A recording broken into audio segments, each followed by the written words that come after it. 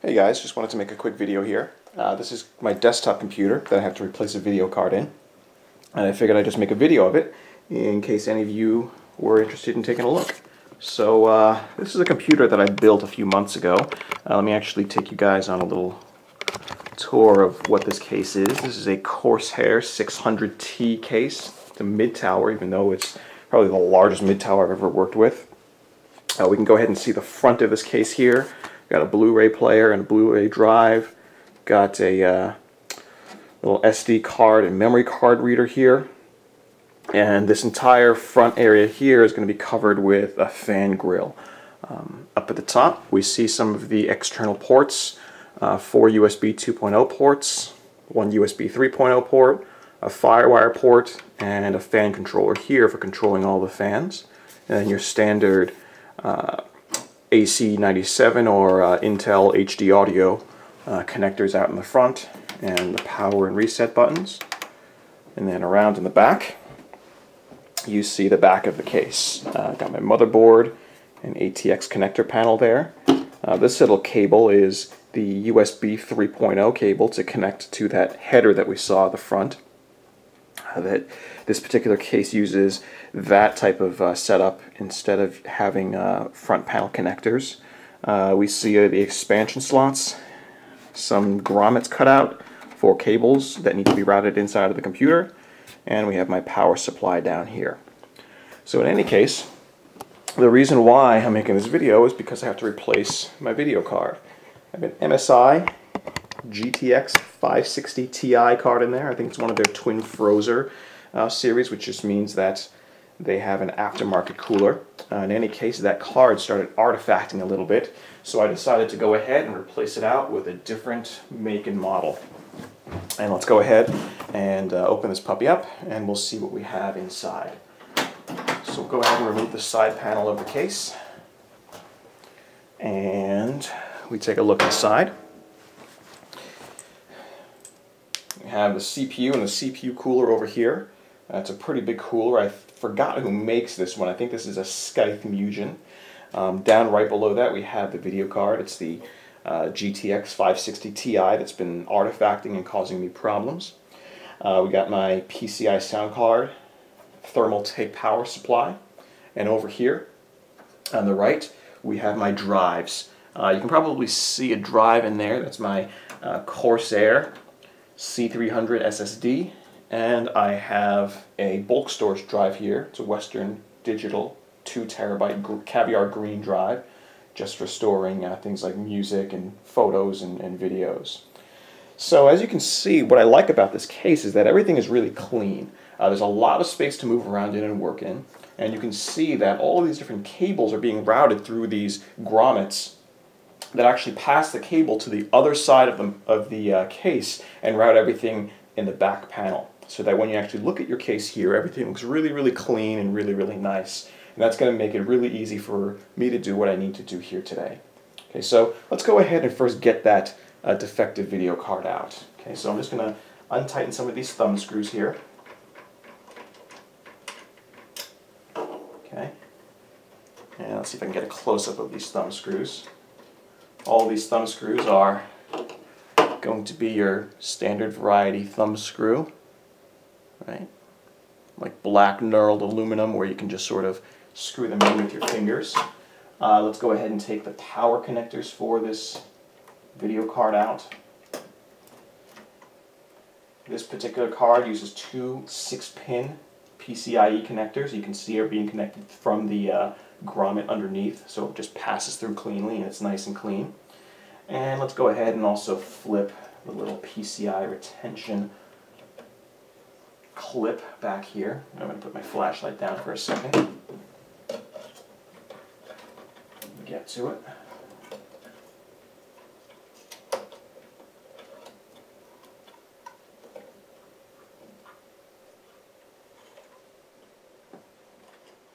Isn't that it?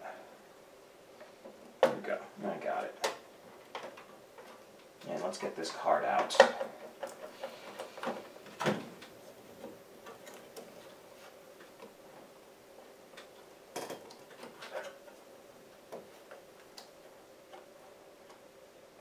Nope, not yet. There we go.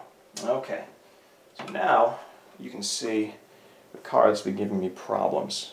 MSI Twin Frozr 2 GTX560Ti. It's a nice card. You can see a nice aftermarket cooler on it. Pretty heavy design. You can see the the four heat pipes coming out of where the GPU mounts onto the custom cooler. You have nice fans here. It's a really, really quiet card, and it cools actually really, really well. But once again, it's been causing me some artifacting problems, and I've read that some other people who own this card also have the same issues. So we're going to go ahead and send this one back to MSI, and we're going to replace this with a card from a different manufacturer. So let's go ahead and get that new card out. That new card this time is going to be a different make and model. It's different make. It's going to be from Galaxy this time. Also with an aftermarket cooler design, but I figured that I had some bad luck with MSI.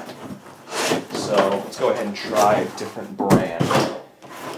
So go ahead and pop this card out. Get this card. Let's see the anti-static bag. Let's save that. Touch something metal. And this is the new card. You can see that this is a Galaxy GTX560Ti.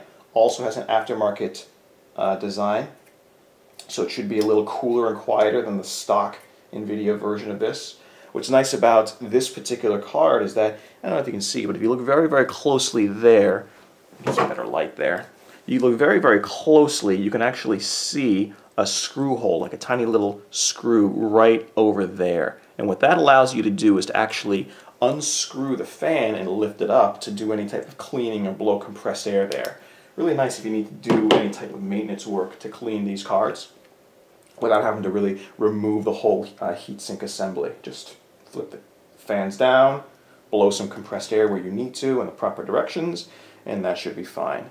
Around this card, there's pretty standard reference design connectors, 2 DVI connectors and 1 mini HDMI connector.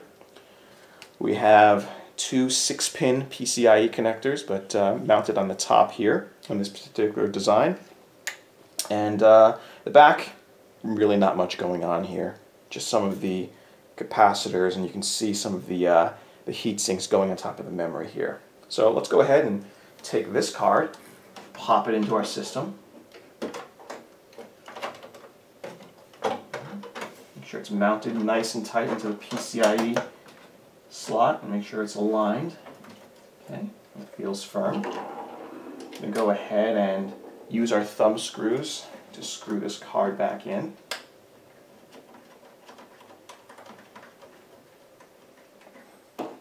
And heck, looks like I have some random connectors here. I'll figure out what that is later.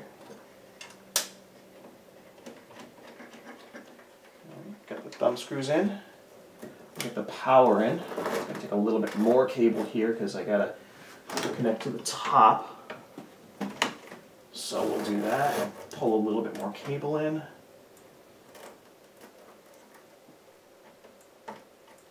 Get the PCIe connectors in.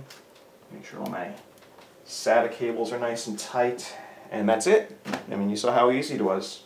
Pull out the card, put the new one in, seal up my case, completely toolless. Didn't have to use a screwdriver. I think this little guy here, it's like a little silver or aluminum piece. This is actually one of the drive cage retention clips, and I think it came from this one right here. So the way that this particular case does hard drive mounting is that you have these screwless little pins here that go into these rubber dampeners. And let me just get this one in here and I'll get a close-up of what it actually looks like. And if you see, what happens here is that when you mount a hard drive in here, you sort of flex this around the hard drive. You put the hard drive in there, and when you unflex it, these 4 pins actually fill in those 4 screw holes that are pre-cut in that actual hard drive. And then when you're done, you just take this, just slide it in here, and then around the back of this case, you have direct access into the power and the SATA connectors. So in any case, we're done here. Let's go ahead and seal this case back up. And we'll go ahead and fire this bad boy up. And that's it. That's how easy this will work on a Corsair 600T. Hope you guys enjoyed this.